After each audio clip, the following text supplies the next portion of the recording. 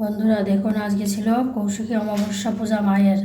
আমার ঘরের মাকে কিভাবে পুজো দিয়েছি। তারাপীঠে যে পুজোটা দিলে খুব ভালো হয়, কিন্তু সব সময় তো যাওয়ার পরিস্থিতি থাকে না। তাই ঘরে মাকে, আমি যে মাকে পুজো করি সেই মাকে পুজো দিয়ে মন ভরে পুজো দিলাম। তাতে আত্মতুষ্টি হয়ে গেল একেবারে। এটা আমার দক্ষিণা কালী মা, এটা। আর তারাপীঠের মা তো অন্য এসে সাজানো। যাই হোক, একদিন না একদিন তো যাওয়া যাবে।